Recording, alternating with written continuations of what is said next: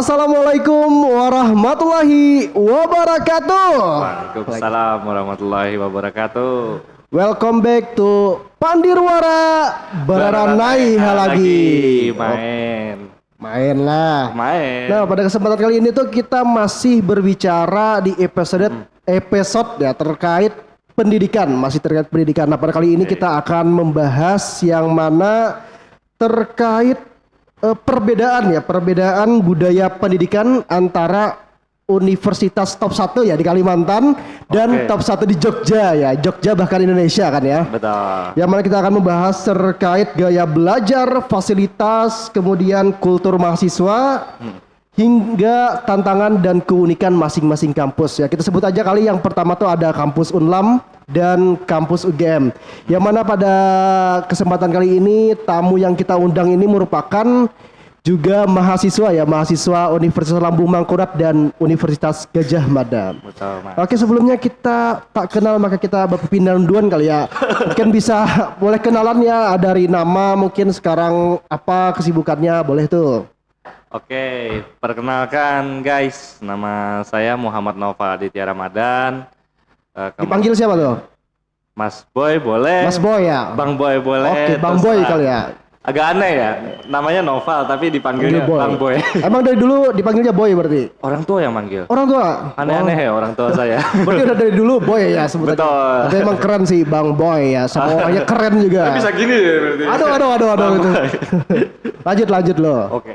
Nah, terus saya asli Banjarmasin, lahir di Banjarmasin, kemudian tinggalnya sekarang itu di Banjarbaru.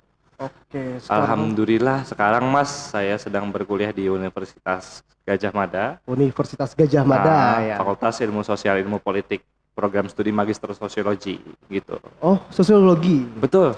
Tapi sebelumnya S1-nya di mana? S1-nya Universitas Lambung Mangkurat, program studinya Pendidikan Sosiologi. Pendidikan Sosiologi. Sama linear. Sama linear ya, dari Betul. S1 Sosiologi, kemudian S2-nya nyambungnya Sosiologi. Ya. Oke. Betul.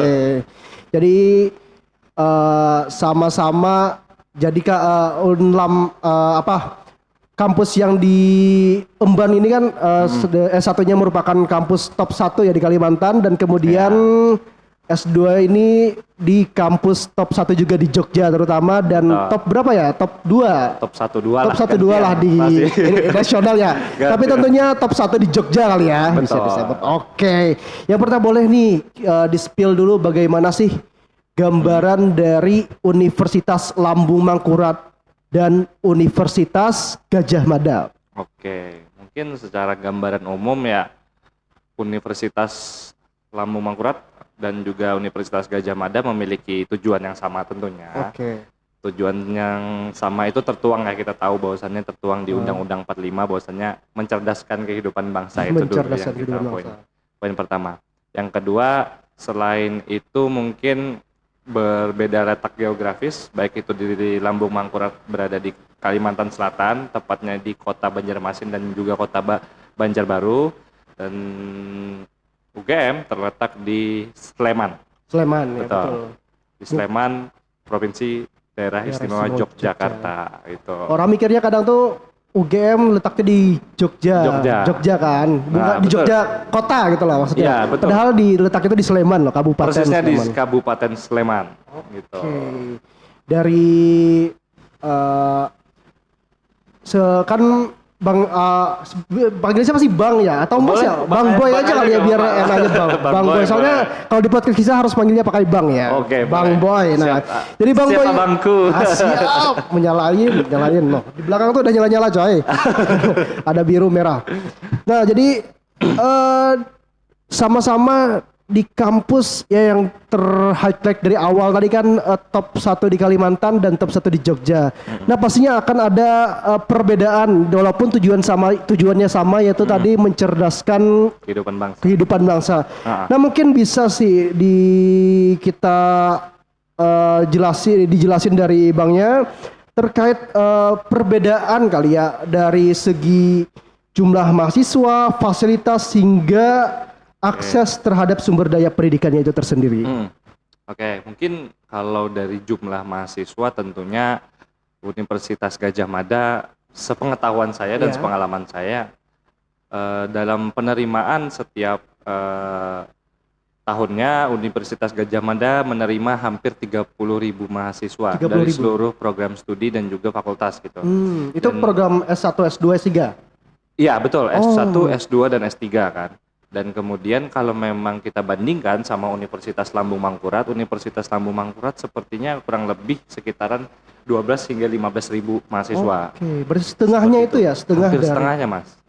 Karena memang melihat populasi juga mungkin ya, antara Pulau Jawa dan juga Pulau Kalimantan, yang memang Pulau Kalimantan penduduk Kalimantan Selatan tentunya, Kalimantan Selatan itu ada di 4 juta jiwa dan juga Pulau Jawa Tengah sekitaran 48 juta kan.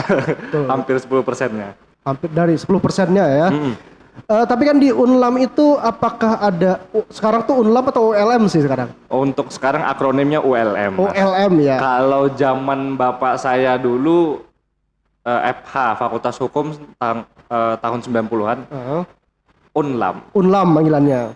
Betul. Tapi sekarang udah berganti jadi ULM ya. ULM. Panggilan sekarangnya atau panggilan kerennya sih? Panggilan kerennya ya ULM. Iya. Soalnya kan kalau Unlam kan ada juga Universitas Lampung kan gitu. Betul. Nah, itu mungkin yang jadi persoalan kayak semisal namanya sama, akronim yang sama, jadi untuk identitasnya tuh dicirikan ULM lah sekarang. ULM lah. Betul. Huruf depan dari awalnya ya. Universitas, L Lambung Mangkurat, sama juga UGM dari U Universitas, G Gajahnya itu ya. Oke. Hampir sama dalam pengambilan katanya itu ya. Betul. Dari awal itu. Tapi yang unik saya dapetin Universitas 11 Maret. Oh, kenapa tuh? Tapi akronimnya UNS. Kenapa ya? Kayaknya unik ya. Kenapa ya? Kita nantilah next episode kita bahas terkait UNS itu ya, Universitas bukan negeri ya, Universitas 11 Maret kan, bukan negeri. Oke. Tapi kan di Unlam ULM sendiri ya, apakah juga banyak mahasiswa luar daerah yang berkuliah di sana?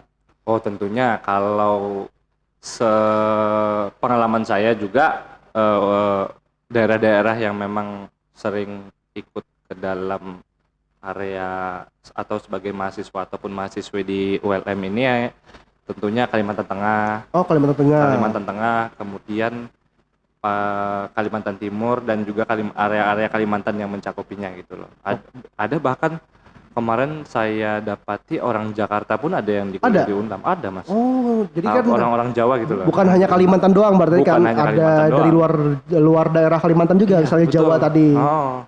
Ya alhamdulillah ya, artinya kan kampus ULM itu dipercaya untuk melaksanakan pendidikan yang memang inklusif dan juga berkualitas gitu. Iya. Gitu. Oke. Nah, kemudian bagaimana sih kalau tadi kan membahas terkait mahasiswanya, bagaimana sih pola belajar mahasiswa ya yang ada di ULM maupun ULM dan UGM? Oke. Kalau pola belajar mungkin kurang lebih pihak pendidik ataupun dosennya tuh sama dalam hal pembawaan, metode, kemudian terkait dengan media belajar yang digunakan kurang lebih sama, baik itu PowerPoint, presentasi, kemudian juga terkait diskusi, FGD, nah itu kurang lebih sama. Namun yang membedakan bisa dibilang adalah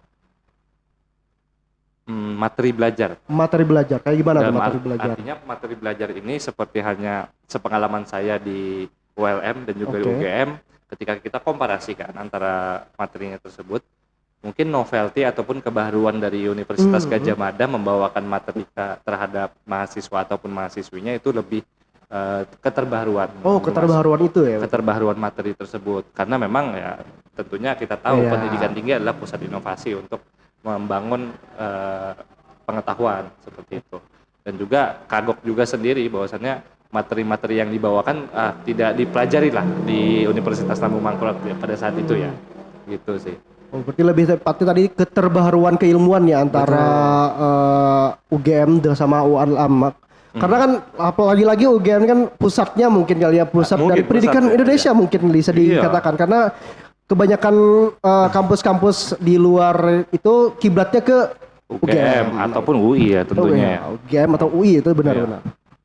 Nah, Kemudian nih, bagaimana sih pengaruh lingkungan sekitar terhadap kebiasaan akademik seorang mahasiswa? Yang mana tadi kalau di ULM kan letaknya di Banjarmasin Banjarbaru, sedangkan Ya. di UGM itu letaknya di Kabupaten Sleman. Oke, kalau terkait lingkungan itu kita berbicara terkait lokasi baik itu Yogyakarta ataupun Banjarmasin ya. Iya. Karena memang setiap lokasi memiliki budayanya masing-masing Nah. tentunya baik itu di Banjarmasin ataupun di Yogyakarta. Nah, sepenglihatan saya dan juga hasil observasi mungkin Oke. di Banjarmasin mungkin lebih mendukung terkait dengan situasi sosial yang dialami oleh mahasiswa tersebut. Dalam artian seperti ini. Situasi sosial ini bisa dijelaskan bahwasannya ketika mahasiswanya itu sendirian ataupun merantau dari luar daerah, ketika kemudian melaksanakan pendidikan di sana, masyarakat ataupun orang lain tetangga yang di daerah-daerah kosnya itu saling membantu dan mudah untuk melaksanakan komunikasinya. Komunikasinya tersebut yang memang ya selayaknya kita melaksanakan bertetangga lebih mudah gitu. Oh, berarti lebih ke sosialnya lebih enak ya sama Lebih masyarakat rekat. Banjar itu sendiri. Lebih rekat karena memang budaya Banjar yang memang sangat terbuka dengan orang luar dan juga lebih majemuk. Dalam artian majemuknya ini baik itu budaya dan juga suku lain itu sangat diterima dan welcome lah orang-orang Banjar itu gitu loh. Itu yang saya senangnya di Banjar. Di Banjar. Kalau di Jogja sendiri? Kalau di Jogja sendiri ada beberapa mungkin di pusat-pusat kota yang memang strategis karena memang ya hampir metropolitan sih ya kayak di Yogyakarta ini agak berkurang. Agak berkurang. Situasinya itu tuh kayak intensitas antara kita dengan tetangga kurang apa ya, bisa dibilang kurang rekat gitu. Kedekatannya itu tuh kurang dirasakan sepengalaman saya seperti itu. Pengalaman ketika di Jogja itu sendiri. Namun ya kita sebagai orang Kalimantan ya harus menjunjung tinggi yang namanya adat istiadat di sini karena memang peribahasanya ya bagaimana di mana bumi dipijak di situ langit dijunjung. Di situ langit dijunjung. Itu sih. Oke, tadi kan jadi ada dirasakan ya perbedaan situasi masyarakatnya, sosialnya, sosial dan kultur tentunya ya. Nah itu. Makanya ada perbedaan yang dirasakan oleh Bang Boy sendiri ya. Nah kemudian bagaimana ketika tadi kan membahas terkait bersosial dengan masyarakat, bagaimana ketika mahasiswa nih perbedaannya ketika di UNLAM maupun UGM, interaksi mahasiswa dengan dosen, apakah sama saja? Apakah ada cara sendiri buat nge-treat seorang dosen baik itu di UGM maupun UNLAM? Sendiri ya. Nah justru gini mas. Kalau terkait dengan pendidikan ya, kita berbicara terkait dengan pendidikan, kemudian di UGM itu sangat terbuka banget. Oke, sangat terbuka. Sangat terbuka untuk ibaratnya kita sebagai mahasiswa untuk melaksanakan diskusi, kemudian melaksanakan yang namanya konsultasi untuk ibaratnya kita membantu kita lah. Kalau memang kita sebagai mahasiswa ada kurang mengerti tentang materi yang kita pelajari, kita langsung bisa memintakan kepada dosen bahwasannya Pak gimana sih penjelasan Bapak terkait dengan materi tersebut, saya kayaknya belum paham deh. Nah di situ dosen-dosennya sangat mendukung, artinya kan itu adalah wadah yang inklusif bagi mahasiswanya gitu. Nah kemudian kalau di Banjarmasin itu tuh juga sangat mendukung, namun juga mendukungnya ini tidak hanya sebagai dosen gitu, bisa dibilang kayak sebagai orang tua. Tidak. Sebagai orang tua? Ya, gitu. Kenapa saya katakan seperti itu? Karena memang seperti hayalnya tidak hanya di bagian pendidikannya saja, namun juga di bagian sosialnya. Seperti hanya kita bercanda dengan dosen, kemudian terkait dengan senda gurau tentunya, kemudian terkait dengan konsultasi bimbingan kayak punya masalah pribadi bisa dikonsulkan. Itu yang saya rasakan sih, karena memang karena situasi sosial budayanya yang di Banjar yang tadi saya jelaskan itu sangat mendukung itu. Apalagi mayoritas dosen di sana kebanyakan dari Kalimantan, jadi memahami kultur-kultur di sana gitu. Oke, berarti balik lagi tadi ya, di mana masyarakat Banjar sini memiliki sosialnya yang lumayan tinggi ya, sehingga itu mempengaruhi ketika beliau untuk mengajar di Betul. kelas-kelas gitu. Oh. Sehingga rasa-rasa untuk menyayangi, mengasihi itu akan lebih ya daripada Lebih. orang dosen-dosen yang ada di UGM gitu. Ya, setuju. Itu mungkin cukup sangat menarik sekali ya. Tapi kali ini kita jeda terlebih dahulu. Pandirwara Bararanai lagi. Oke.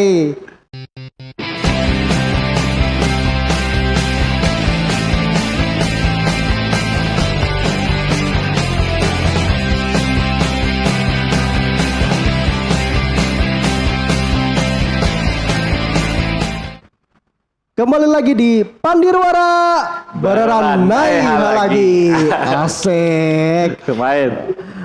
Tadi kan udah kita bahas terkait bagaimana kondisi sosial yang ku highlight dan itu sangat menarik sih untuk jadi bahan untuk pembelajaran ya. Betul. Bagaimana seorang dosen sendiri bisa untuk memberikan emosional yang lebih tinggi ya terhadap mahasiswanya sehingga mahasiswa memiliki rasa kepedulian empati Tentunya yang tinggi terhadap kepedulian dan lain sebagainya ya. Lanjut lagi masih terkait mahasiswa ya. Di dalam sebuah universitas tuh pasti akan adanya yang namanya organisasi kan. Organisasi pasti. Sebagai mahasiswa ya kita harus berorganisasi lah untuk menunjang kegiatan ya. Nah betul, soalnya organisasi kan penting untuk kita berproses juga kan untuk masa depan untuk kedepannya. Nah kita boleh nih di-spill bagaimana sih organisasi yang ada di ULM Universitas Lambung Mangkurat dan UGM Universitas Gadjah Mada. Nah mungkin kita pembahasan secara general dulu bagaimana sih perbedaan dinamika mahasiswanya ya baik UGM maupun ULM. Oke, untuk dinamika sendiri ya terkait dengan organisasi mahasiswa itu tadi, wah sangat beragam sendiri sih. Ya. Karena memang kita mengetahui terkait dengan kulturnya mahasiswa di Banjarmasin dan juga di Yogyakarta tentunya berbeda. Gitu. Yang sepengalaman saya sendiri ya kultur di Banjarmasin sepertinya mereka itu lebih mengedepankan terkait dengan kekerabatan, Mas. Oh, kekerabatan dan juga kekeluargaan. Artinya gini, dalam artian seperti halnya yang prinsip-prinsip organisasi mahasiswa yang mereka anut, kekeluargaan dan juga kekerabatan itu sendiri menjadi landasan utama untuk menjalankan salah satu organisasi. Nah, di situ sendiri kelebihan yang diajarkan dari dosen-dosennya terinfluence artinya memberikan influence bahwasannya dalam hal berorganisasi kita harus ibaratnya rukun, tentunya memiliki kekerabatan yang baik untuk bisa menjalankan salah satu organisasi di mahasiswa Kalimantan Selatan atau di Universitas Lambung Mangkurat. Nah, di UGM sendiri organisasi yang ada sangat banyak organisasi baik itu organisasi riset terkait dengan pembelajaran kemudian organisasi yang selayaknya Badan Eksekutif Mahasiswa, kemudian juga UKM hobi lah tentunya baik itu kayak berkuda, golf, kriket dan lain-lain. Di situ tuh mereka seperti mengedepankan profesionalisme. Dalam artian profesionalisme ini sangat dijunjung oleh orang-orang yang ada di Universitas Gadjah Mada untuk menjalankan salah satu organisasi. Artinya ada perbedaan prinsip. Profesionalisme yang dikedepankan itu tentunya sangat baik juga nilai-nilai tersebut kita implementasikan untuk bisa tentunya mengetahui batasan terkait dengan tupoksi, kemudian kebijakan yang dikeluarkan oleh organisasi itu dan juga untuk tentunya memperbaiki sebuah organisasi tersebut gitu loh. Tadi yang pertama organisasi yang ada di ULM itu mengedepankan yang namanya tadi kekeluargaan ya, kekerabatan. Nah, itu tadi keunggulannya tadi disebutkan nah, yang jadi pertanyaan tuh kan di satu sisi yang namanya kekeluargaan pastinya dalam sebuah organisasi itu agak susah ya. Iya, sebenarnya sih agak susah, Mas. Jadi itu gini. Gimana itu? Maksudnya kekurangan dan kelebihan dari kekeluargaan itu maksud lo? Nah, kalau dari keilmuan ya, kita mengedepankan kekeluargaan. Artinya kan ada relasi di sana.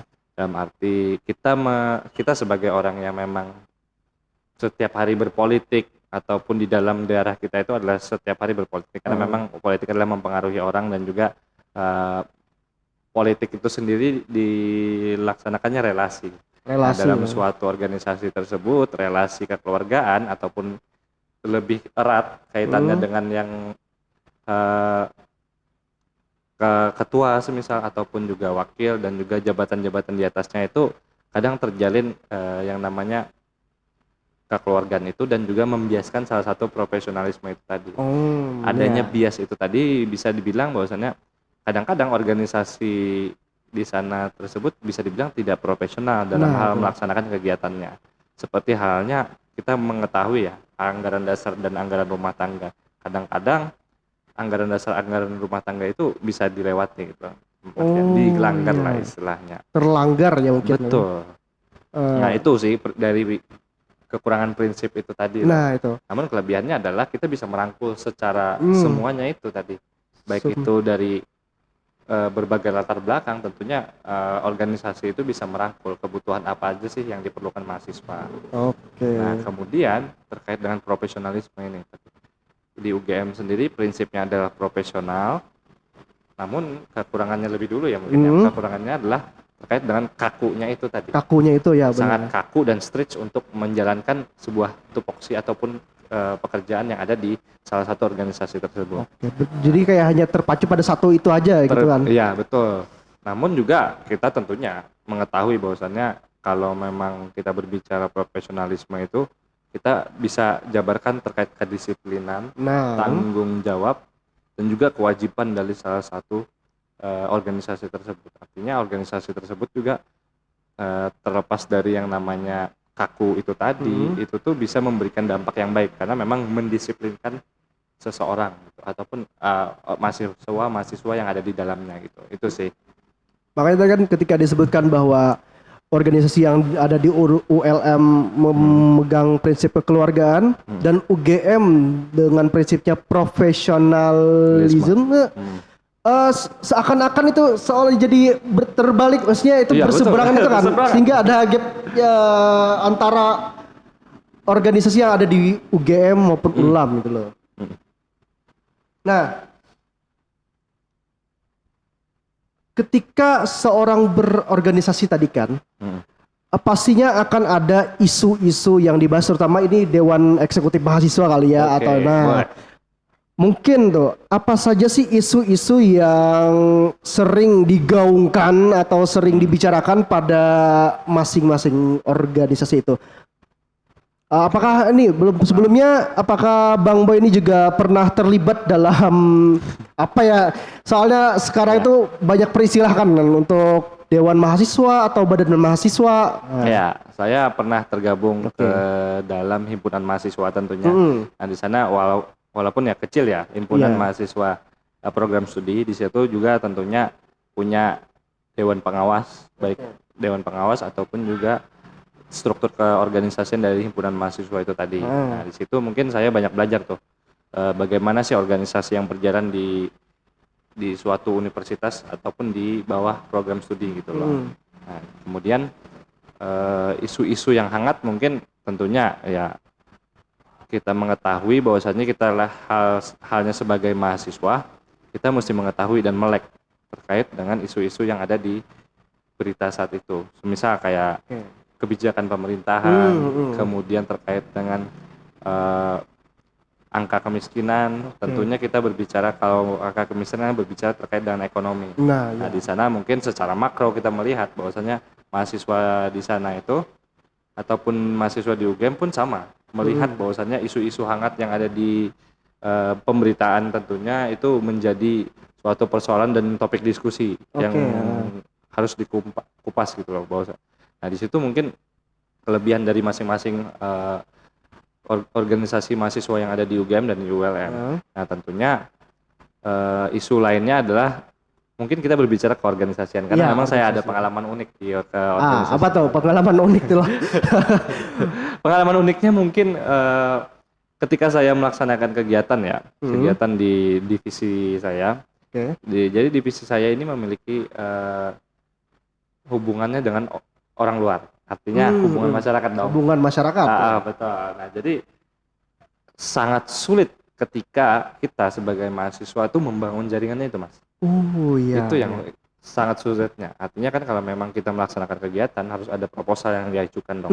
Nah, di sana yang sangat sulitnya itu adalah ketika kita itu bingung untuk kemana sih kita mengajukan, kemana, dan juga kadang-kadang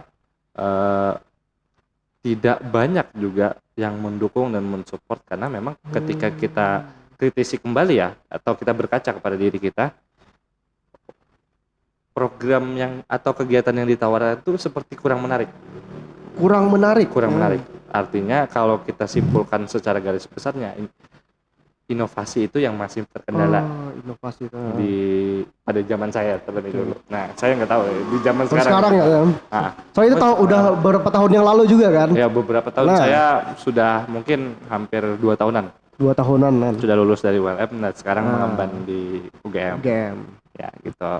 Nah, kemudian kalau di UGM sendiri ya, saya nggak ikut organisasi, namun juga mengamati lah organisasi kan? Tentunya, baik itu organisasi riset ataupun organisasi mahasiswa lainnya. Kegiatannya itu tuh sangat didukung sekali.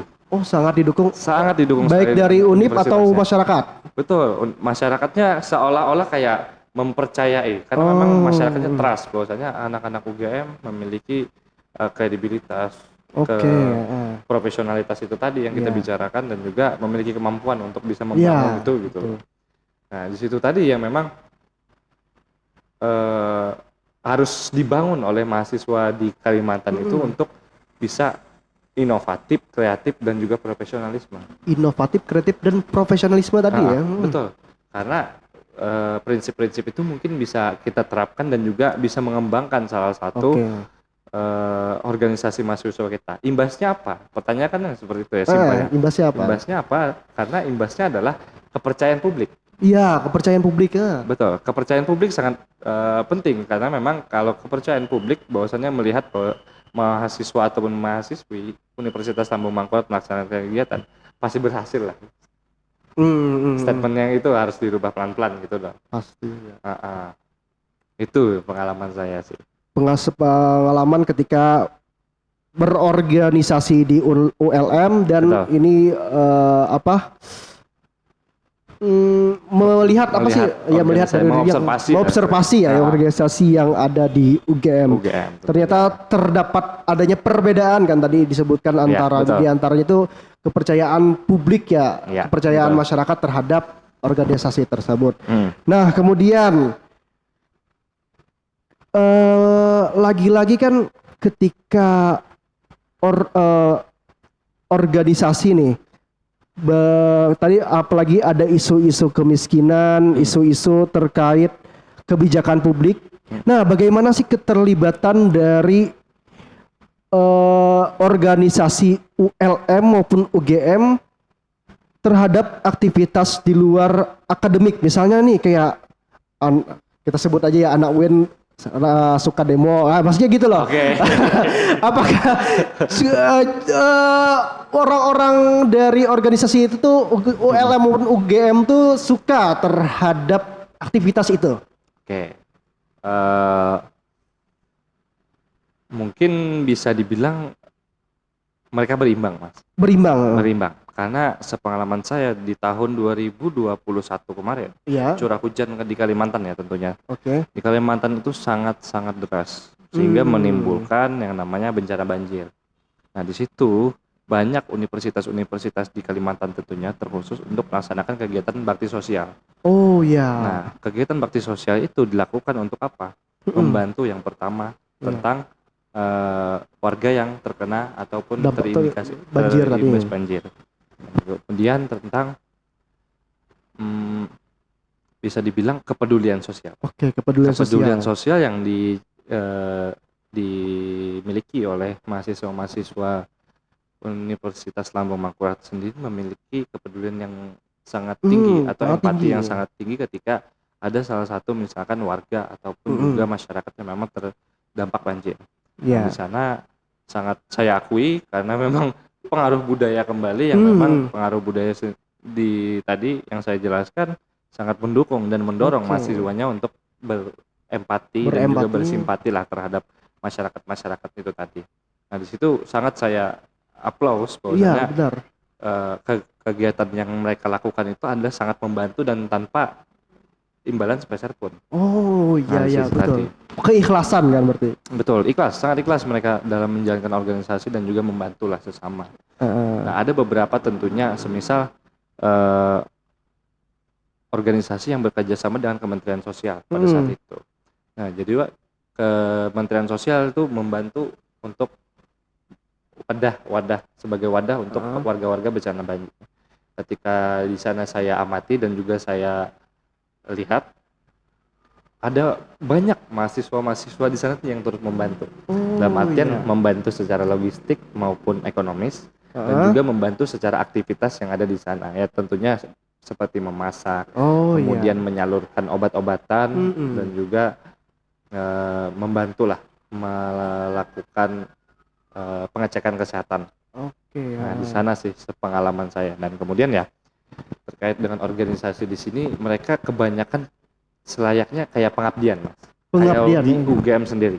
Dalam artian pengabdian ini sendiri mereka tuh seperti ada wadah sendiri untuk melaksanakan pengabdian tersebut. Nah jadi pengabdian yang dilakukan seperti hanya mengajar, kemudian melaksanakan edukasi terhadap masyarakat dan juga melaksanakan kegiatan-kegiatan yang positif tentunya untuk membantu masyarakat di suatu daerah yang bisa dikatakan yang tertinggal dan yang pendampingan gitu kan kebanyakan. Pendampingan di situ yang memang ada perbedaan terkait dengan di ULM ataupun di UGM namun mereka tujuannya adalah untuk masyarakat itu sendiri gitu.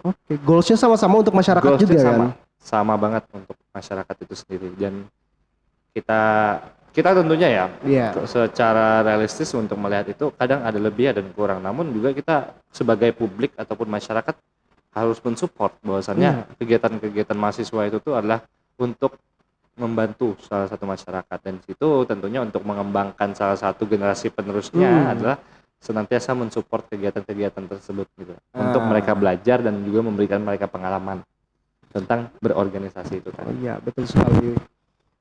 Berarti kan intinya sama-sama untuk membantu dari masyarakat sendiri kan berdasarkan walaupun ada perbedaan cara itu perbedaan cara aja kan tapi goalsnya intinya sama-sama untuk kemaslahatan umat lah ya bukan kemaslahatan umat kan masjid lagi kemakmuran ya bangsa. Nah tadi dari support tadi ya kita berbicara terkait support fasilitas ya dukungan dari kampus sendiri kan baik UGM maupun UNLAM. Nah tadi kita berbicara secara fisik palingnya bagaimana sih fasilitas dari UGM maupun UNLAM apakah sama-sama lengkap apakah seperti apa mungkin yang sudah menjalani gitu loh. Kita butuh pencerahan dari orang yang sudah menjalani kedua kampus tersebut. Mungkin aku gantian lah. Kita mulai dari UGM dulu. UGM dulu ya. Tadi kan UNLAM terus kan? UNLAM terus tadi. Karena memang saya orang Kalimantan. Orang Kalimantan juga? Kebetulan orang Kalimantan juga kan? Nah iya betul. Nah di UGM sendiri tentunya saya akui dan saya berikan apresiasi terhadap para jajaran petinggi-petinggi baik itu rektor dan di bawahnya. Nah di situ lingkungan Universitas Gadjah Mada sendiri memberikan pengaruh besar terhadap pertumbuhan dan juga perkembangan dunia pendidikan. Dalam artian seperti UGM itu memberikan lahan seluas-luasnya untuk mahasiswanya itu untuk berekspresi, belajar dan juga berimplikasi atau berorganisasi. Nah di sana selayaknya semisal naskah akademik yang selayaknya ya kita tahu Scopus merupakan naskah akademik yang memang kita akui di dunia internasional itu adalah salah satu naskah-naskah yang kumpulan naskah-naskah terbaik yang ada di dunia saat itu dan UGM itu berlangganan. Berapa itu berlangganannya? Nah aku nggak tahu ya itu rektor, soalnya kan mungkin rektor yang tahu. Iya soalnya kan kalau aku kan UIN kan itu UGM itu memiliki dana yang berkali-kali lipat dari UIN loh. Oke. Untuk bidang riset itu tadi. Betul. Dan sangat diakui fasilitas UGM kan emang sangat bisa diacungi jempol lah. Ya, Iya itu kan? yang saya rasakan sih. Oke. Seperti hanya naskah akademik, kemudian ruangan untuk Ruangan. belajar. Ruangan belajar itu berbeda ya Oh, sama iya. perpustakaan. Dalam artian ruangan ini tadi bisa dibilang kayak sekretariat bersama, itu bisa dimanfaatkan penuh untuk mahasiswanya untuk belajar dari jam 7 sampai jam 10 malam. Jam 7 sampai jam 10 malam. Betul. Itu yang saya highlight karena di ULM sendiri ketika pagi dari jam 7 sampai sore ya bisa kita anggap jam 5 itu sudah tutup. Sudah Tidak tutup. ada pelayanan lagi terkait dengan hal itu. Oh iya. Sedangkan di UGM sendiri masih ini ya. Itu masih sampai jam 10 Mas. 10. heeh. Saya kadang-kadang bingung. Ini pengorganisasi atau yang menjalankan pengawasannya itu nggak capek gitu. Iya, sampai makanya jam 10 gitu ya. Jadi wah, saya apresiasi sebesar-besarnya lah untuk petinggi-petinggi dari Universitas Gadjah Mada sendiri gitu loh. Karena saya akui fasilitas yang saya rasakan baik itu naskah akademik, langganan naskah akademik, kemudian juga fasilitas untuk menunjang pembelajaran, model yang digunakan untuk pembelajaran itu sangat baik dan yang sangat bermanfaat lah tentunya bagi mahasiswanya untuk mengembangkan intelektual keilmuan. Gitu. Jadi tunggu, ULM belum ya? ULM belum tadi, makanya mau nanya tadi kayak bagaimana dengan ULM sendiri kan? Langsung nih ya. Oke. Kalau ULM ya mungkin saran dan masukan juga kalau memang ada petinggi-petinggi yang mendengar podcast kita Mas. Iya, mungkin saran bisa gitu. Saran ya.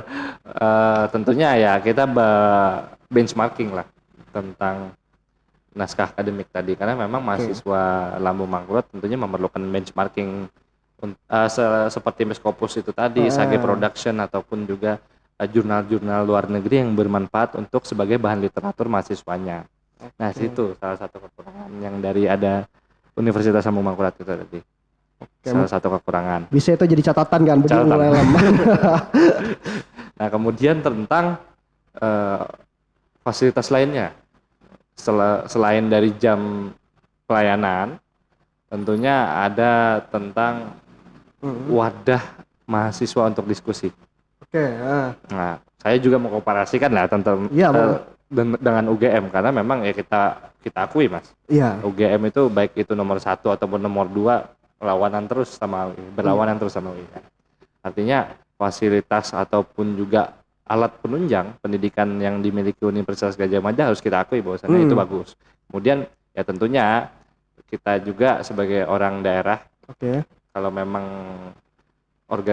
ULM punya hasrat untuk kesana, ayo kita sama-sama gitu untuk melaksanakan ataupun juga mengejar ketertinggalan. Apalagi kan pendidikan antara Kalimantan dan Jawa itu sangat jauh, lumayan jauh ini kan, makanya itu.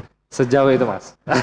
Apalagi misalnya nih, ketika IKN pindah pun untuk mengejar ketertinggalan itu tuh agak lumayan berat juga ya. Agak berat. Soalnya kan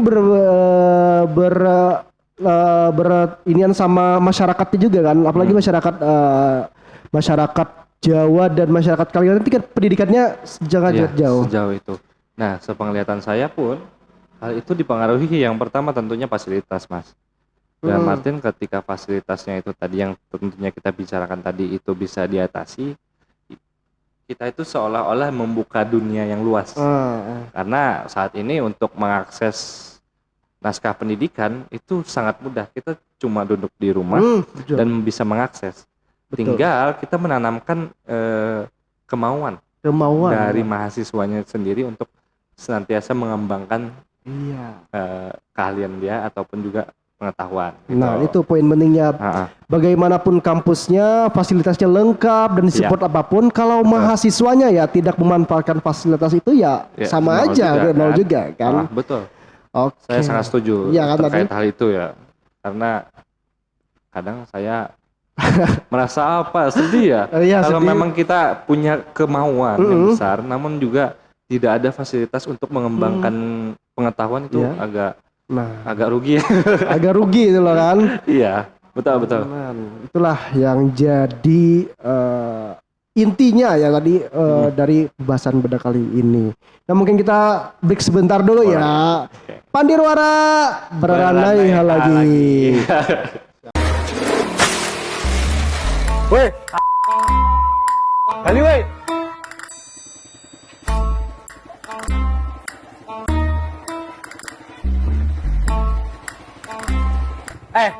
Kalau bawa motor tuh yang bener, sepatu jadi kotor nih.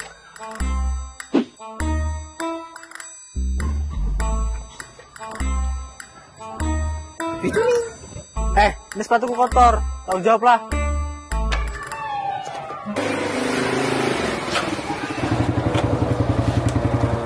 Loh kok, dari mana tadi? Cuy, apa ini?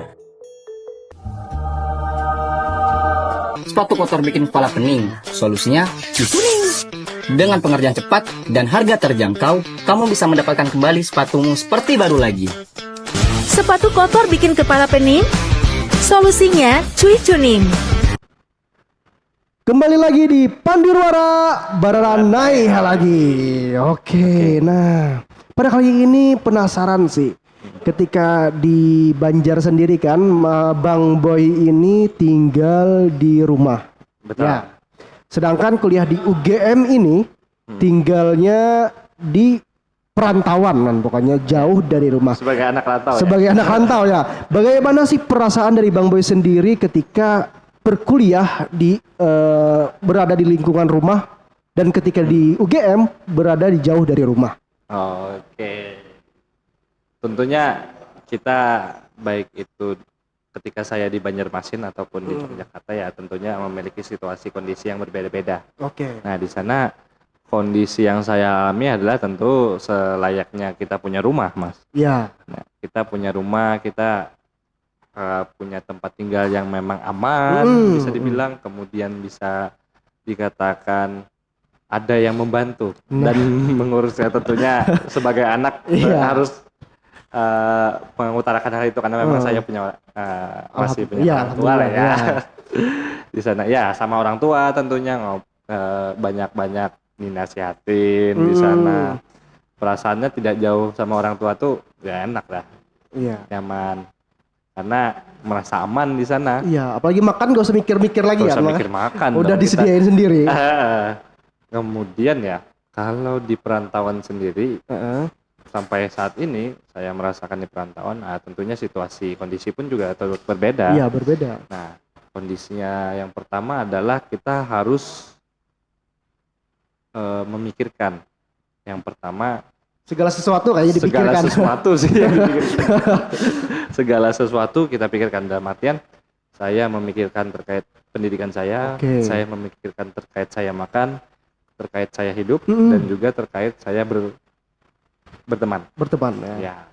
Di sana kan ada perbedaan-perbedaan ya, selayaknya saya mahasiswa dan saya harus untuk melaksanakan pendidikan kita belajar sendiri tanpa perlu adanya dorongan peringatan ataupun dorongan dari orang tua. Kemudian saya berteman ya tentunya harus ingat jam nih berteman. Kalau enggak bablas rumah dikunci kan? Enggak kuliah hari besok karena kesiangan bangun. Nah, di situ yang memang perbedaan-perbedaan dan juga tantangan-tantangan, Mas. Namun juga perasaan saya ketika ada banyak tantangan tentang perantauan itu, saya justru senang loh. Dalam artian seperti ini, saya menemukan tantangan baru yang pertama, yang kedua tantangan yang memang bisa membangun saya sendiri. Dalam artian membangun yang pertama karakteristik saya, watak saya, relasi yang saya bangun dan kemudian tentunya intelektual. Nah, di sana kan saya belajar hidup lah bisa dibilang. Ya, belajar hidup. Itu sih. Ya, saya sebagai cowok pun juga ya harus mengemban itu gitu loh karena di hidup sendiri nasihat yang ayah saya bilang hidup ini masing-masing. Iya, hadir. Mungkin bisa dibilang dalam artian tidak ada yang peduli dengan kamu sendiri. Artinya kamu sendiri yang harus memperjuangkan hal itu gitu. Balik lagi ke diri sendiri lagi kita ke diri sendiri. Artinya dari proses yang saya jalani ketika saya merantau, saya ketika melaksanakan kegiatan yang positif untuk saya sendiri itu bakal memberikan pengaruh besar terhadap masa depan saya gitu. Ya. Nah di situ makanya dari itu perlu kita memilih kegiatan yang positif, teman yang positif, kemudian juga komitmen. Itu yang sangat ditekankan oleh orang tua saya. Komitmen kamu untuk melaksanakan pendidikan di sana harus terlaksana. Iya, apalagi Jogja ini sangat penuh godaan kan. Penuh dengan godaan malahan kan. Sehingga ketika kita sebagai mahasiswa perantauan itu kan harus bisa memilih apa yang baik apa yang enggak. Betul, Mas. Gitu. Karena memang wilayahnya sangat terbuka. Sangat terbuka sekali. Terbuka ketika kamu seolah-olah seperti halnya ombak, kita bisa terombang-ambing. Namun ketika kita bisa berenang, kita bisa mengalahkan ombak itu tadi. Betul. Itu sih. Makanya, jadi kan ada tantangan tersendiri baik tinggal di rumah maupun di luar itu sendiri. Kan. Banyak pelajaran yang dapat diambil lah itu kan. Betul, Mas. Oke, kemudian ketika ini bertempat tinggal di Jogja sendiri kan. Walaupun di Banjar kan udah bisa beradaptasi sendiri kan, soalnya sebagai masyarakat Banjar situ juga. Nah, sedangkan ini Jogja ini wilayah Jawa kan, kehidupannya penuh dengan budaya Jawa. Nah, bagaimana Bang Boy sendiri cara beradaptasi dengan orang Jawa, masyarakat Jawa, budaya Jawa, bahasa dan makanan juga ya? Oke, adaptasi nih. Nah, yo iso kok Mas ngobrol yo iso ngomong Jawa. Citi-citi ya. Oh ya, terkait adaptasi itu tentunya ya. Ada culture shock tentu. Culture shock pasti tentu. Kemudian juga adaptasi. Mungkin karena memang saya punya keluarga Jawa juga. Ada keluarga darah Jawa berarti. Nah, bukan. Justru saya punya saudara jauh itu di Jawa Timur. Oh, Jawa Timur. Tepatnya di Surabaya. Jadi ya saya sering coba saya memaksakan diri saya untuk berbicara bahasa Jawa. Berarti sebelumnya sudah tahu cara ngomong bahasa Jawa tuh? Ya, sudah tahu. Alhamdulillah itu ya. Namun yang kagoknya adalah, Mas, kalau di sini ternyata menggunakan bahasa halus. Oh iya, betul. Bahasanya Romo kan? Romo ya kan? Iya. Kemudian kalau di Jawa Timur agak sedikit lebih kasar. Betul. Nah, di situ memang saya harus adaptasi lagi. Nah, iya. Misalkan ya saya manggil orang tua dengan bahasa yang tidak sopan kan habislah saya. Susah. Habislah saya. Makanya ketika antara Jawa pun memiliki perbedaan yang lumayan budaya yang itu. Bahasa, kemudian kebiasaan itu sangat berbeda gitu loh. Apalagi itu mengakibatkan sangat fatal itu loh, yang bahasa tadi menyebut orang tua mungkin apalagi ada kata panjenengan, kowe gitu loh. Itu kan sangat mempengaruhi terhadap makna dari sebuah kata itu. Padahal maknanya satu kamu betul, kan. Betul. Nah, saya juga kadang-kadang dikerjain, Mas. Iya, pengalaman unik berarti ini. Pengalaman unik. Apa tuh dikerjainnya? Nah, dia pakai bahasa halus. Bahasa halus, kita sadar, oh bahasa halus berarti bahasanya sopan, baik tentunya. Nah, jadi teman saya bilang bahwasannya kalau mau manggil orang tua ataupun dosen dengan caranya seperti ini, Pak Segawon. Oh, gitu. Segawon. Apa itu arti Segawon itu? Lo kok gitu loh? Cek dulu Segawon apa ya?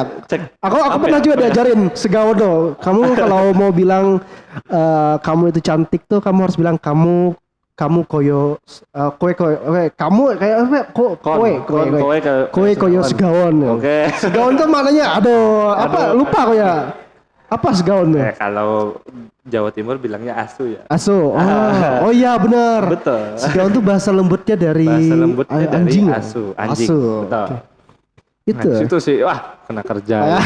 Tapi itu udah dilakukan sama dosen. Udah berarti. Udah. Oh iya itu. Tapi kan dosen kadang tuh toleransi masyarakat orang Jawa Jogja ini sangat toleransi ya terhadap orang datang baru. Pasti mereka tuh mengenal ini pasti orang luar bukan orang Jawa. Mungkin sangat menarik sekali ya diskusi kita hari ini, podcast hari ini, pembahasan terkait bagaimana perbedaan antara UGM dengan ULM ya. Nah mungkin yang terakhir kali ya, apa sih yang dapat Bang Boy sampaikan kepada ya, terutama ada dari mahasiswa yang ingin melanjutkan pendidikan baik di Universitas Top 1 Kalimantan maupun Top 1 Jogja. Mungkin apa saran kepada adik-adik nanti ya? Oke. Tentang saran ya, mungkin sepengalaman kita beranjak dari pengalaman, karena memang ya saya sendiri punya pengalaman yang tidak baik, artinya harus saya perbaiki gitu ya. Nah, kemudian untuk adik-adik tentunya kalau memang ingin yang pertama berkuliah di luar sebagai orang rantau ataupun di Kalimantan, sebenarnya semuanya sama.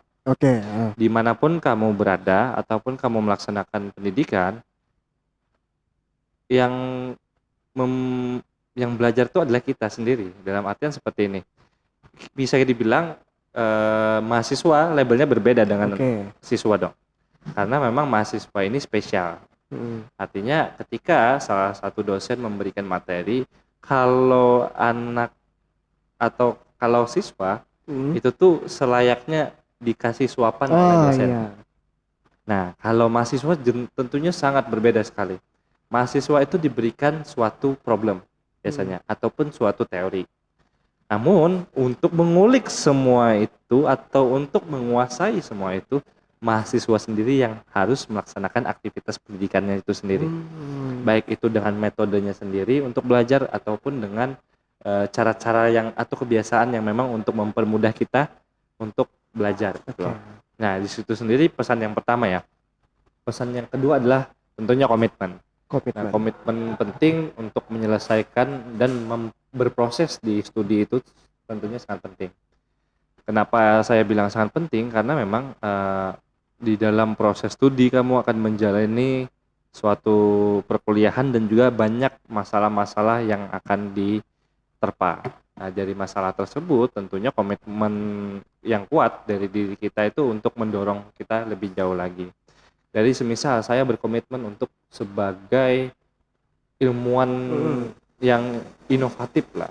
Artinya komitmen itu ketika kamu pegang dan harus diimplementasikan ke dalam kehidupan sehari-hari, maka menghasilkan konsistensi dan disiplin untuk membuahkan salah satu keilmuan-keilmuan yang mampu memberikan inovasi yang baik bagi bangsa dan negara.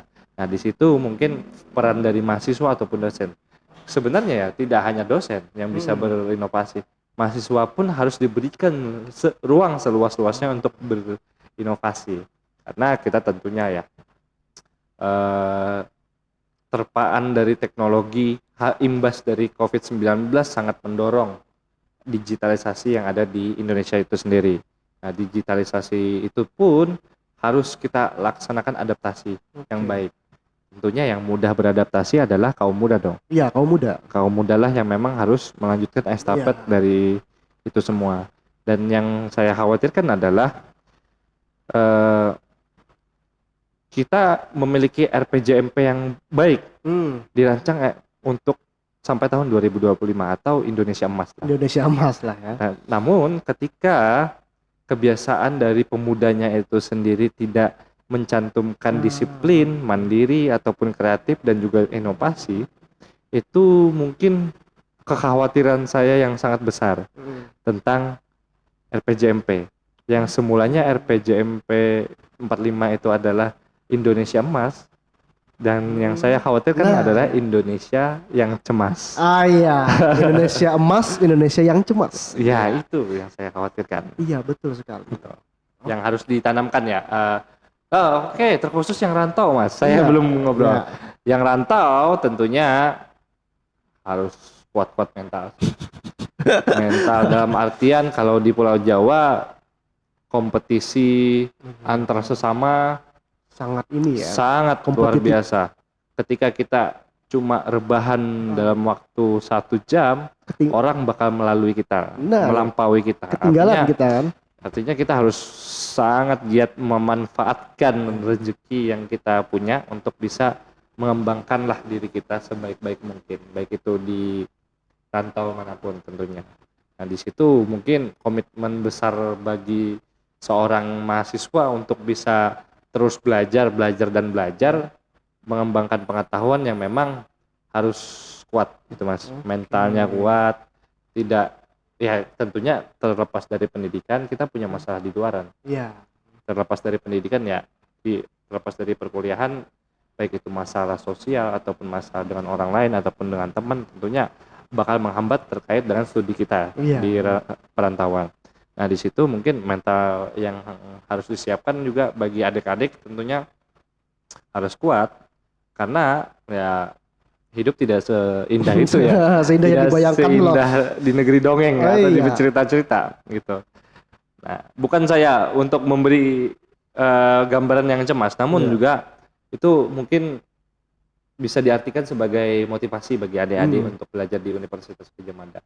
Nah di sana saya bukan orang yang cerdas Mas, namun saya sendiri punya motivasi yang kuat sih. Motivasi yang kuat ya. Motivasi yang kuat untuk berkuliah di UGM. Saya jujur ya bukan anak didik yang memang selalu ranking 1 di kelas itu enggak. Namun juga ketika saya memiliki komitmen tersebut, saya mau tidak mau harus mengambil konsekuensi, harus belajar, belajar lebih keras. Karena memang orang juga bakal jauh lebih keras lagi untuk belajar. Kesiapan kita untuk berkompetisi itu yang harus diuji gitu loh. Dalam artian kalau memang mau masuk UGM, kita tahu sendiri Harus siap persaingan, kemudian juga saling menyenggol untuk cerdas itu yang tidak didapatkan di universitas lain sih. Saya akui itu. Diakui ya. Patut diakui. Lagi-lagi yang mana UGM dan ULM nih sama-sama adalah keren juga ya pokoknya. Keren lah pokoknya. Namun juga tentunya mahasiswanya harus lebih keren. Iya betul. Jangan aja melabel di kampus doang keren, tapi kampus. seorang mahasiswa juga harus keren, itu harus bisa bersaing, harus bersaing. Pokoknya inovasi tentunya ya. Itu yang saya kagumi sih. Apalagi poin tadi yang perlu diingat juga ya, yang balik lagi ke diri sendiri tadi. Betul. Oke, nice sekali. Mungkin karena keterbatasan waktu juga ya, padahal diskusi kita tuh sangatlah menarik ya, apalagi teman-teman di sini yang masih kepo apa itu ULM Universitas Lambung Mangkurat, apa itu UGM Universitas Gadjah Mada. Tapi karena keterbatasan waktu, mungkin cukup sekian terlebih dahulu ya. Terima kasih kami ucapkan kepada Bang Boy. Terima kasih yang juga saat Mas ini sedang menempuh pendidikan di Universitas Gadjah Mada di program magister ya, sosiologi Visipol. Password sebelum close. Pandirwara Barandai lagi. Bye bye. Ciao. Siap.